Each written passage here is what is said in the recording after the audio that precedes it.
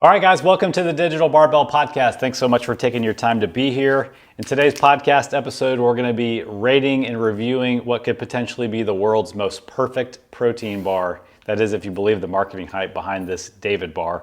We're going to look at the ingredients, the science claims behind it, and most importantly, give a little taste test and see if it even tastes good. Because if it doesn't taste good, what's even the point?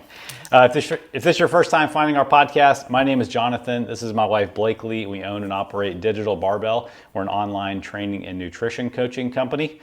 If you're tired of doing workout programs and focusing on the wrong things of nutrition that don't get you results and just feel like you're spinning your wheels, that's what we help you fix. So if that sounds interesting, stick around, subscribe before you go. We have an amazing announcement we are super excited about before we get into this taste test of this David bar. The Digital Barbell summer shirts are finally here. If you're usually just listening to this podcast on Apple and you can't see anything, highly suggest you jump over and watch this episode on our YouTube channel. It's at Digital Barbell Podcast, or watch it on Spotify because there's video, because we are wearing our new Digital Barbell summer t-shirts. Let me show. So this is a really cool design. The front is going to have, on the pocket side, it has our digital barbell and a little guy with some like mountains behind him, pressing up some dumbbells, in the moonlight or the sunlight, whichever one you want to think about it in. And on the back, we've got a little camping scene with that same guy doing his workout by his campsite, and it says Digital Barbell Train for Life. So we're really excited about this design. We work with a company called Unity. We kind of like give them a design idea. They run with it, and they did an amazing job this year. And the really cool thing about this company is they directly ship to you. So there'll be a 10-day window where these shirts are available starting on June 15th through June 24th, and that's it. The store closes and we don't keep stock or anything like that. So if you want to get in on these really cool shirts, be sure you're on our email list, because that's where we're going to send out the link. I'll put a QR code up here on the screen. You can scan with your phone to join the email list, or I'll put a link in the description of this episode to join. As always, our email list will get first shot, and there'll be a direct link to order the shirts when they're available, but we'll send you that link through email. That's the best way to get notified. Yeah. So right now we have it. We're still kind of in the creative process of this, but right now we have 2 colors in the men's. This is like what you call it? This will be a more athletic fit. An oatmeal colored shirt for the men, and a black colored shirt for the men. Yeah, like an athletic fit. Actually, these are unisex, so any female that wants to get just a regular t-shirt, they can get this 100% cotton kind of athletic fit one. Right, we're going to go with the next level. And then shirts. And then we have, for the women, we've used this shirt many times before. It's like a women's flowy crop, and I use the word crop loosely because it hits right at your pants level. It's not like a shirt where you see your stomach or anything. And I just love the fit of these. And we're going to have the same colors, like the oatmeal color and the black color. And then today I'm wearing the tank because I'm undecided if we're going to do the tank or not. Why don't you stand up and show everybody the tank? The tank, the design is on the front. And this is a small, and I usually can wear like a small or a medium in shirts, and this thing is a dress on me. And I think, maybe, I don't know if they even have an extra small, but that, But y'all need to leave a comment and let us know if you want the tank. It's a racerback tank. It's cute. I like the design on the front. It's nice and big, but I'm just wondering if it's too much of like a frumpy shirt to be something that I would wear to work out in. I would say you don't look frumpy at all, but people need to let us know if they want like this longer tank top or not. So this is called the Ideal Tank. And then we're also going to have the option for the oversized comfort colors tee in the same color options as where Jonathan and I are wearing the oatmeal or the black. You got it. So definitely 3 tee options, and maybe I'm excited. Tank option. So I already have obviously this and that black one. I'm probably going to get one more of each because I really like them, and get the comfort colors one because this is like the favorite t-shirt for myself that we've ever come out with. So I'm super excited. Yeah, I am too. I should have brought out one of the women's crops, but we'll have pictures and everything whenever they're released. And we have pictures of us wearing them so you can kind of see the fit. Yeah, I can throw those up here on the screen while we're talking about it too. Cool. Okay, so we are going to talk about this David bar, and we also got a question from a client about what's a good substitute they can do for RDLs, because it seems like every time they do them, it triggers their sciatica.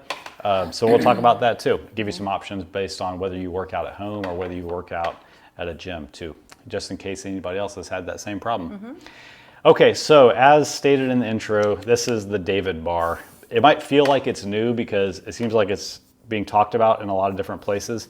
Even at our HEB here in Texas, they just now started carrying them, and they bought out a huge shelf of them. They actually took out the entire Cliff Bar situation, which out of all the bars, I mean, when you go into the bar section at grocery stores, which usually is in like the health food section, like where you have like the protein, at least at RHEB, like protein powders and things like that, and then you have all the snack bars, and the variety is huge. It's like 3 of those like shelf tiers that they have full of snack bars, and I was super shocked to see of all the bar choices, because there's some weird bars out there. The Cliff Bar got the boot. The Cliff Bar. They moved it to the cereal aisle. Yeah, the Cliff Bar is now like where the oatmeal, which Yeah. I mean, it is made of oatmeal, but Right. it just makes no sense. I had to like use the app to find them, but I was really shocked that this David Bar came in, took over. Cliff has been around, like they're one of the It's all about original money. You buy those spaces in the grocery bars, store. But I feel bad for Cliff. But this you know. gold label definitely David stands knocked out, Cliff out. especially when there's 6 across, because they had 6 different flavors. This is the 3rd flavor that I've bought. I've already eaten the first 2, but I'm going to use this one that I've never had. see, what is This is salted peanut butter flavored. We're going to use that as our taste test today. But so I said, like, you might feel like this is new, but it's actually been around for a while. It says copyright 2025, so Okay. it's not that new. So it's 1 year old. I remember hearing about it at least a year ago. Yeah, so that's But anyway, you might not know that the guy that started David Bar is the same guy that started RX Bar back in the day. I do like RX bars. And if you don't know, RX Bar, he sold that to Kellogg's for over $600 million. I think he might have actually been on Shark Tank as an investor because he so. made so much Yeah. money. But anyway, obviously the guy knows what he's doing in the food space, especially in the bar space. And I say that he knows what he's doing, meaning like he knows how to sell a lot of bars, make a lot of money, and who knows what his plans are for this David company. So I think the RX bar is a great bar. Like it tells you, here's what it is. Here are the 2 to 5 ingredients that are on that tells you the amounts right there on the front of the package. Right. Like no other bar does that. Like here's what's Yeah. in this and the amounts. Like you're gonna get 4 egg yolks. You're gonna get some raisins or whatever it is, and that's it. That's it. No BS. That says like. ironically, it's kind of the opposite of the David Bar, It because is. the That's RX why Bar I was all was about like- here's these simple ingredients, and the David Bar, as we're going to talk about, is all about science and manipulation of food ingredients in their philosophy to create the perfect protein bar that is just sculpted nutritionally and chemically to give you the best body composition, the best muscle body building. composition. I looked into what was their idea, and actually David, the name David comes from the David statue chiseled by Michelangelo. God. So they're really presenting this thing as like This is perfection. going to be the way to your physique that you want, right here in this gold package, and that's why they probably like put it in gold. And I think like they got a lot of credibility right off the bat, because one of the main investors when they started this was Peter Attia, who's like, Yeah. well respected, save for all the like Epstein stuff that came out about him. But he used to be very well respected in the health and wellness and longevity space. And then another early investor was Lane Norton, who is a science-based, no BS, fitness influencer, but also author and researcher and all-around smart and seemingly honest person. So a lot of credibility right off the bat with this company. Okay. Also, Andrew Huberman was an early investor, and like, say what you will about him, but like a lot of people believe what he says, and he Right. talks about what's the word? I forget the word I'm looking for, but anyway, he talks about how good this bar is, and there's just a lot of things like, all these people say it's good, it's probably good. So let's And kind when of they say good, they don't mean like it's good tasting. They're probably saying like, okay, the macros. It's what it hashtag is, healthy. It's a out of all the protein bars, this is the one to choose. I mean, I would say like holding it right now, it's hefty. Like this is not one that you're like, I'm gonna eat and be hungry in 5 seconds. Like it feels like a big. What is the weight on meal. that if you look at the serving size? Like, because most Oh. protein bars are sometimes in the like 30 to 50 grams of This weight. is 62 grams. Okay, so it's like double. it does weigh a lot. Okay, So let's give a little. So we have the high protein snack roll for Okay. For our bars. why don't you and stuff. recap what that is? So this is a bar with 150 calories, 28 grams of protein, 0 sugar, is what they tell you right here on the front. Okay. So How's that? How's definitely. that? We'll tell everybody what our rule is. Our rule is you take the grams of protein times 10, so this is 28 grams of protein. And then the calories need to be equal to or less than. So this bar could be up to 280 calories for a high protein snack roll to fit into it, and it's only 150. So it could have almost double the amount of calories that it has and still fit. So you're getting a lot of protein for 150 calories. So Zero how sugar. so how do they do it? do they do That is the question. So the claim to fame with the David bar is this form of fat that is called EPG. It doesn't matter really what it stands for, but it's a plant-based fat that does not digest the same way that most dietary fat does, like if it came from an animal or came from dairy or whatever. It just says right here, like you said, EPG, modified plant fat. That's Right. all they give you.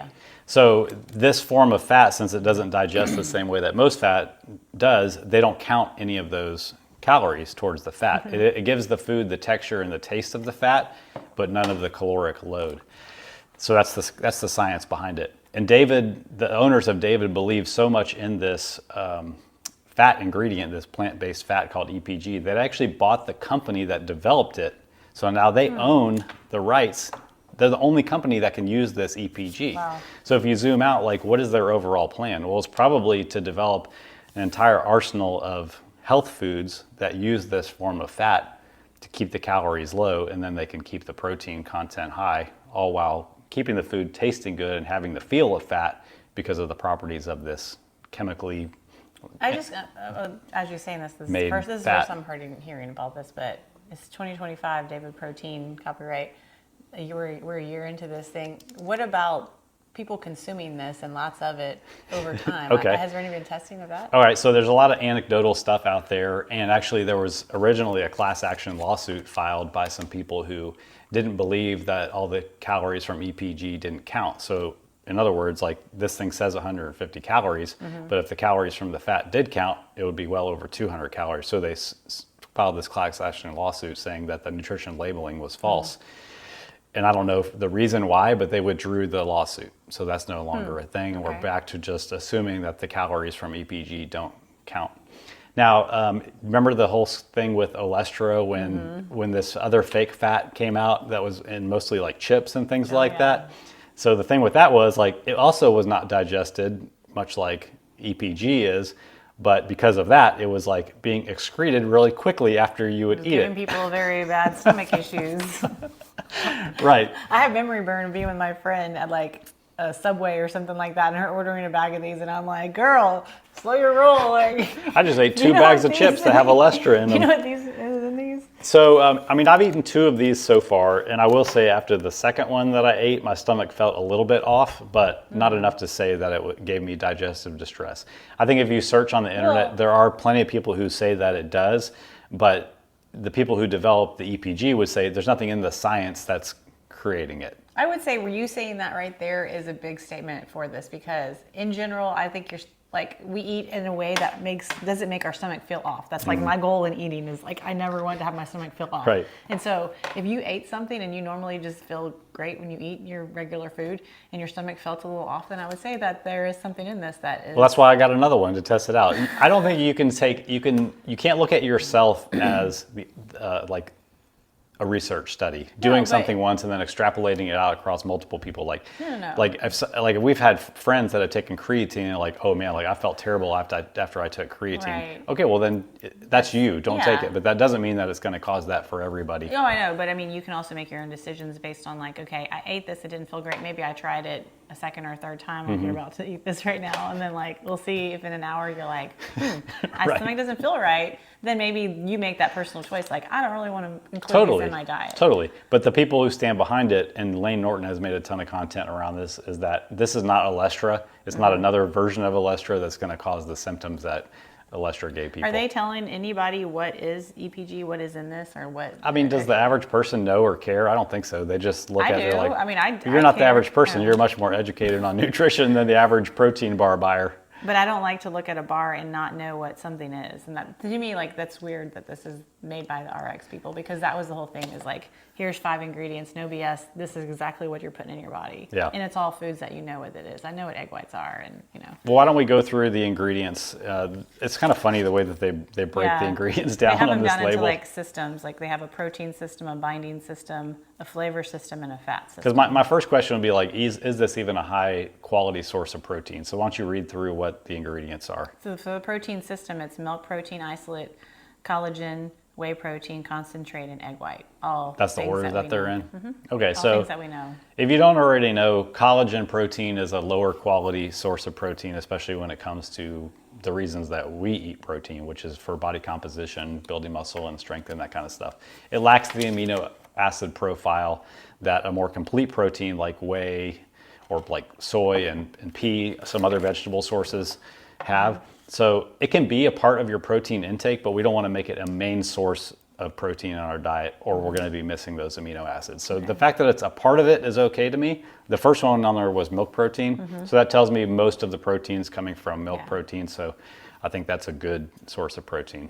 Did we all learn this rule and when we were like in elementary school? Because I remember in elementary school, at least I learned how to read food labels because you couldn't have a snack with you where the first 5 ingredients were sugar, and because it's like this is the order that the things are in your. So I would say like I do remember that as a kid. Yeah, I remember that too. Elementary school, my snack, you had to like the 6th ingredient or less had to be. Yeah. Or more had to. I bet there's a lot of people. I'm sure people listening to this know that, but a lot of people don't know that they're listed in order of how much of whatever The you're first reading through is ingredient in is there. the most down to the end. Yeah. Okay. All right. What's next after So the the protein? binding system is here's where I start to have a problem with it: maltitol, allulose, glycerin, soluble corn fiber, tapioca starch. Okay, so a lot of those are common thickeners in food, I would say, Except for- especially like the is tapioca maltitol starch. a thickener? I thought that was more of a sweetener. I would agree. Like the red flag that pops up is anytime you see an ingredient that ends in OL in a food, like sorbitol, maltitol, xylitol. Those are sugar alcohols. They're made of fermented sugars, and there's a whole other conversation about do those calories count. But anyway, like these are pretty much proven to cause digestive distress in high amounts. And that's why this is why I would steer clear of this bar personally. I do have and some people are different. I know. Yep. At my gym, I used to sell a Formula 2 drink and it had some in there. I think it had 20 grams of sugar alcohol. Some people loved them and some people had stomach issues with it. And so, it's hit or miss on different people. I have stomach issues when I eat sugar alcohol foods. And this has 7 grams of sugar alcohol, which I think is a lot. But you'd be surprised, like, now that somebody's listening to this, they're like, maybe I should start looking at all these protein bars. Most protein bars that are relatively low calorie, they're sweetened with sugar alcohols. And most of them are going to have between 5 and 10 grams of sugar alcohol. Not Cliff. So, Good old Cliff. Those Sorry, those back in have the 15 oatmeal bar. grams of just straight up added sugar in the form of corn I'd rather syrup. have added sugar than something that's going to make my stomach hurt. So like maybe you've been eating protein bars and you are struggling with some stomach pain, gas, bloating, whatever, that kind of stuff. Like check the ingredients, go a Right. few days without having one or switch to one that doesn't have sugar Yeah, alcohol. I mean, on the actual like nutrition facts breakdown, it will say if it has sugar, alcohol, and then you can also flip and look at the actual ingredients and look for those ingredients that you said, like ends in OL. Yeah. Okay. All right, so now we have the fat system, which is Okay. just, all they say is it's that modified plant fat. That's the EPG. Flavor system is peanut flour, peanut extract, salt, natural and artificial flavors, sucrose, Dutch processed cocoa powder, and potassium. All right, so they're using an artificial sweetener to make it sweeter. I don't have any problem with that. Hopefully nobody's eating enough foods in their diets with artificial sweeteners that puts them anywhere close to the dangerous levels. And I'm sure those flavor ingredients are just because this is a salted peanut butter flavored Probably, yes. bar. So these aren't great for people with a peanut allergy. You might want to try the chocolate flavored one instead. So what about like how this stacks up to some of the other common bars and quote protein snacks that are out there? So the Bear Bells bars are super popular, and I see why. They're really tasty and they have a lot of different flavors. For whatever reason, are they Bear Bells or Bar Bells? I can never remember. They taste good to me going down, but then 3 to 5 minutes after eating it, I have this weird chemical taste in my mouth. Anyway, that's an aside. So Bear Bars, whatever they are, they have 20 grams of protein for about 200 or 220 calories. So that's, a decent amount more than this, and it has less protein than the David bar. A Quest bar also has about 20 grams of protein in it for around 190 calories. An RX bar only has 12 grams of protein for 210 calories. Because I think the only source of protein in RX bar is the egg whites, if I'm not mistaken. Cliff Builder bars, I don't have that one here in front of me, but I believe those have 20 grams of I think protein. it's like 210 calories, if I remember I think correctly. those have 290 calories. No, I think they're 210. Oh, no, maybe No, that the is builder that. the builder bars Yeah. are super high calorie. Yeah. A standard like Standard Cliff is 260. general like 99-cent Cliff Bar has 5 grams of protein for 260 That's more calories. to me of like an energy bar. If I'm like, It's a I sugar will bar. use that as like a pre-workout. I'm like, I need some energy today. Let me have one of these Cliff Bars. Yeah. And I like those for that. Yep. Okay, so if Did you're you just go over looking, Perfect Bar? well, I don't even really think of a perfect bar as a protein bar. I think of it as a meal. But a perfect No. bar has, I believe, 20. 18 grams of protein 18 to 20. for 340 calories. That's why I think of it kind of as a little mini meal. But all right, so like you look at that, and you're like, okay, well, I mean, as far as a bar goes, it looks like the numbers stack up pretty good. But when we coach somebody on their nutrition, we don't start with teaching them how to eat protein bars and Right. choose the right protein bar. We focus on building meals that are centered around protein and then filling in the gaps in your day and your schedule and your protein needs with high protein snacks. And because of all the calories that come along in a protein bar from carbs and fat, it's usually not the first place we should focus. So just Right. for example, the Chobani yogurt that we're on a kick of having lately has 20 grams of protein for 140 calories. And there's nothing in the ingredient No list. manipulation. There's no EPG, no sugar alcohols, all that kind of stuff. Plus you get the benefit of all the probiotics. It's kind of like the opposite effect of the sugar alcohols and the fats that don't digest. An 8-ounce glass of skim milk has 9 grams of protein for 90 calories. A serving of sugar-free beef jerky, best brand out there is the Tillamook brand. If you want to fight me, come at me. That's got 13 grams of protein for only 90 calories. And the good old-fashioned truck meat, we're talking about a piece of chicken breast.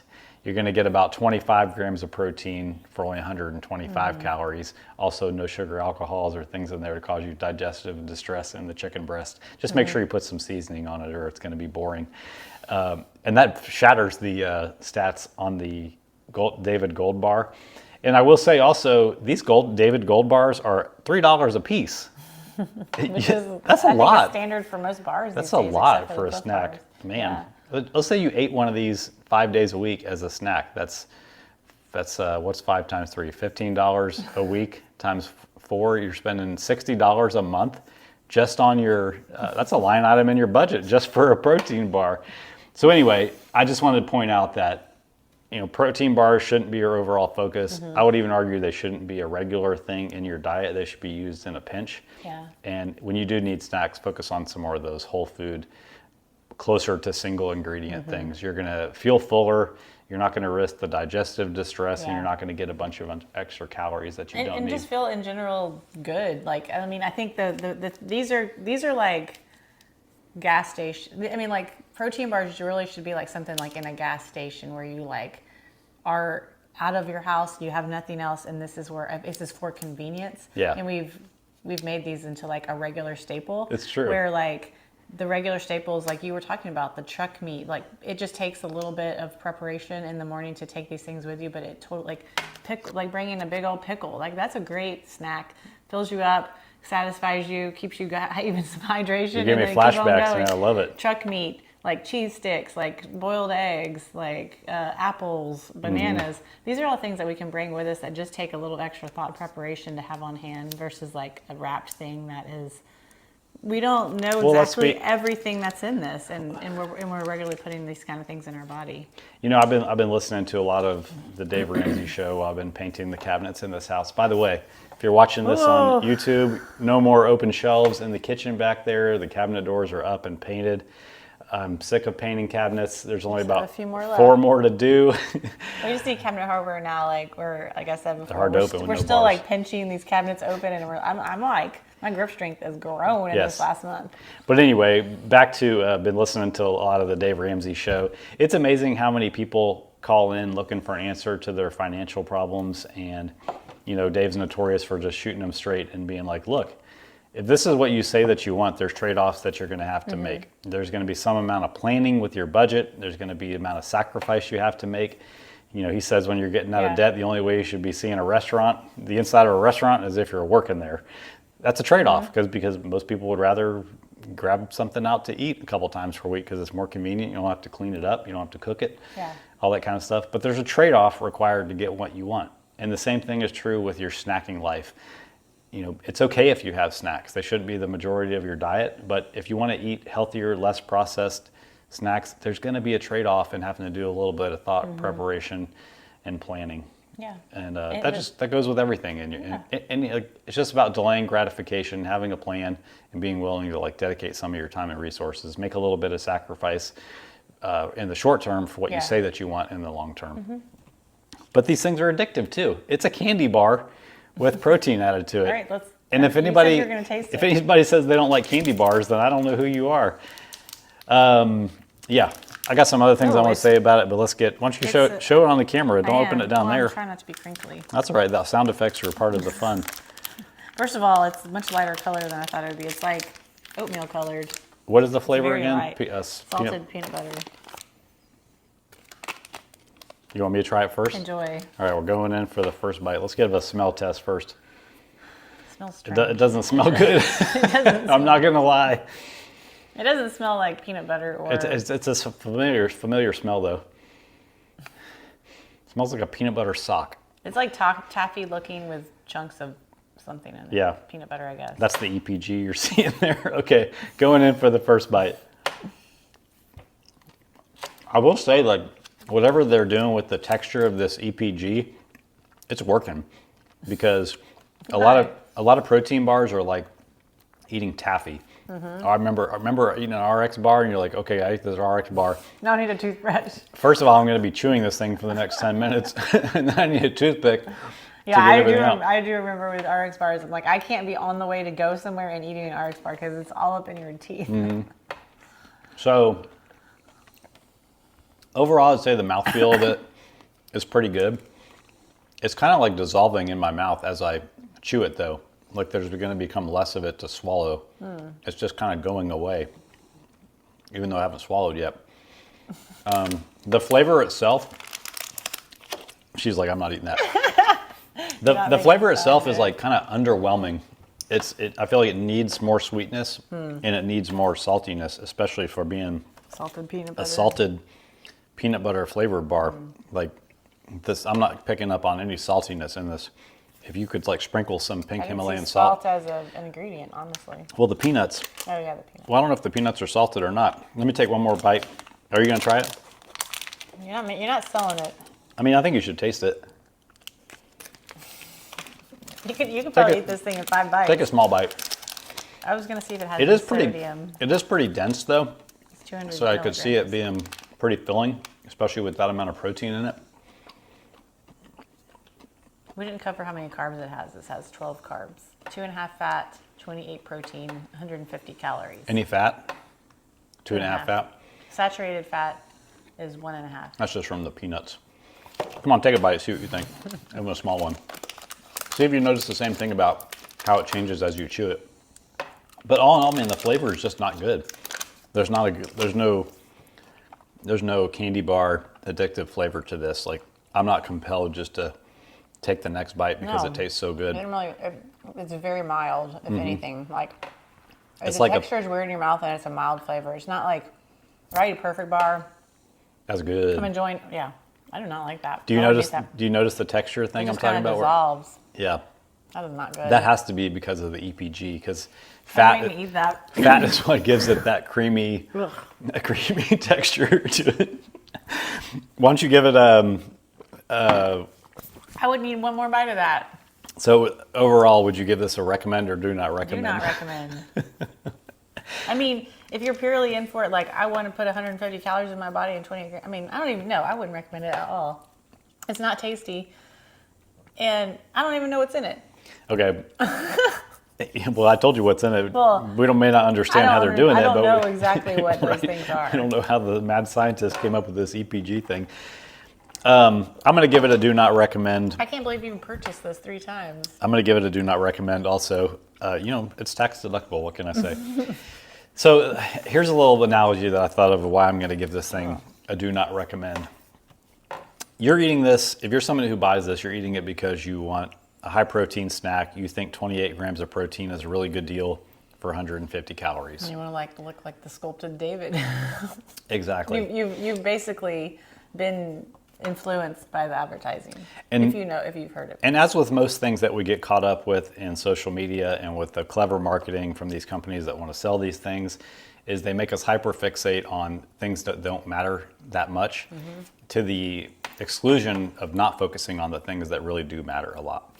You switching from a 250 calorie protein bar to a 150 calorie protein bar is not going to have an impact on your body composition, your fat loss results, how much you can back squat, how fast you can run a mile, all that kind of stuff. It would be like me saying, I just came out with this new streaming service and it's $20 less per month than Netflix. You'd be like, okay, I'll switch to that if it's $20 less. But how much of an impact did that make in your overall monthly That budget? would make it free because Netflix is not $20. Okay, But go ahead. it's $10 cheaper. But okay, even better example, if it's $10 cheaper than Netflix, you're excited and you can take advantage of it. That's great. The fact that this has 28 grams of protein for 150 calories, if we believe it, fantastic. How much of an impact is that going to have in your overall health results, your fat loss results? It's not going to have a big impact on it. The thing that's going to have a big impact on it is learning how to build well-balanced meals with the right portions of protein, carbs, and fat. Focusing on healthy ways to cope with stress that don't involve eating calories. Figuring out how to not drink your calories. Learning about the right amount of calories you need to eat overall and the right amount of protein that moves you towards your goals. Learning how much water you need to drink. Building sustainable habits around exercise, getting a lot of steps in, following a training program that uses progressive overload, doing hard conditioning, doing conditioning for your heart health. Those are the big rocks that are going to move your health, not whether you eat David bars instead of Cliff bars. It's majoring in the minors. Yeah.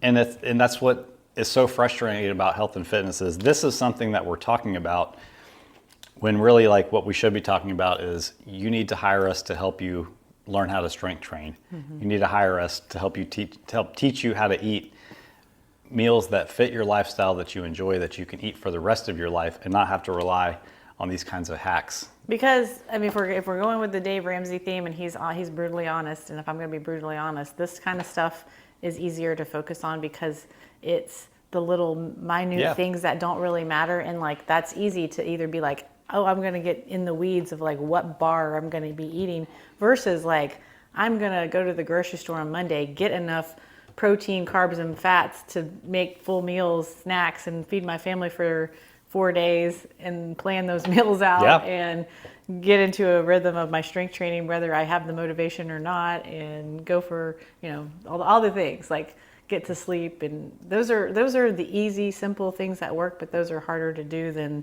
looking in the grocery store and picking out the best protein bar. Yep. Well said. Well said. I got a bad taste in my mouth. I'm shocked at honestly like the fact that this took over a very well-known bar.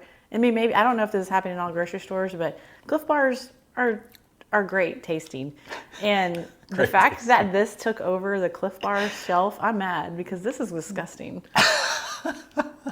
This is disgusting, and I'm really surprised that all these people are behind it because it doesn't taste good. That one does not taste good. I would say the other flavors, the chocolate one probably tastes the best, but it was still like under flavored. The texture is weird, and there's no flavor, and it's not good. Yep. I mean, if it was tasty and all these things, I could be like, you can put it in gold and be like, it's the world's best protein bar, but it needs to also taste good.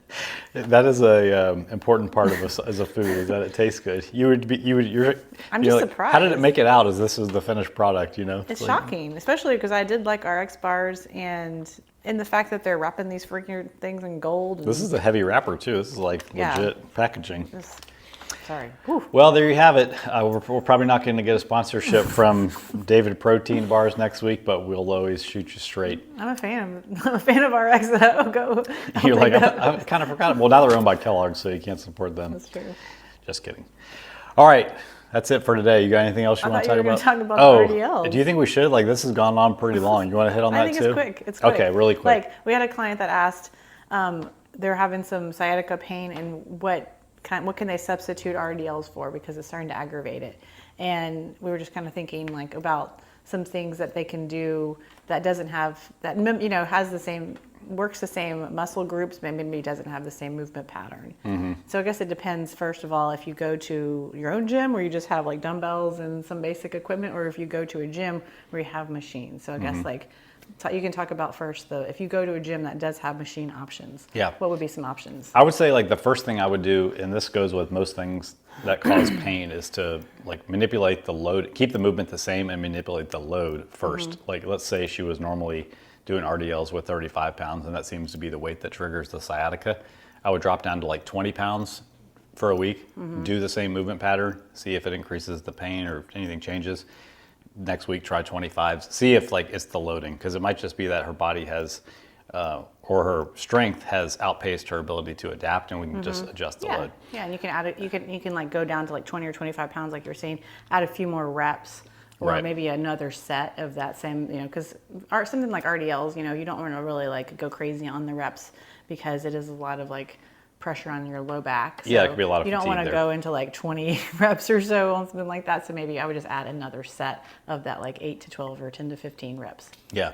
So the main drivers of the RDL are the glute and the hamstring. So I would look for a machine at the gym that uses that. A lot of gyms that we've been to have hip thrust machines where you can put a belt across your waist. That would be kind of like the face up version of an RDL, if you want to think about it Awkward like to that. be on in the middle of a room, but it's there. People use it. And then my second choice would probably be a hip extension, a 45-degree hip extension. That's where you face down onto one of those pads that's angled forward. You can hold a weight against your chest.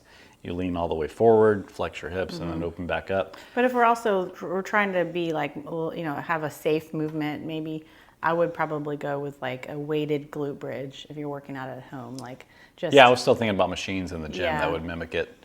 And then my third choice in the gym would be like a face down hamstring curl. That's going to work the hamstrings mostly, but it's a really safe position for the back to be in because you're not flexing the spine at all. Just make sure you start with the right load, especially if you've only been doing dumbbell or barbell RDLs and then you're going to move to the machine.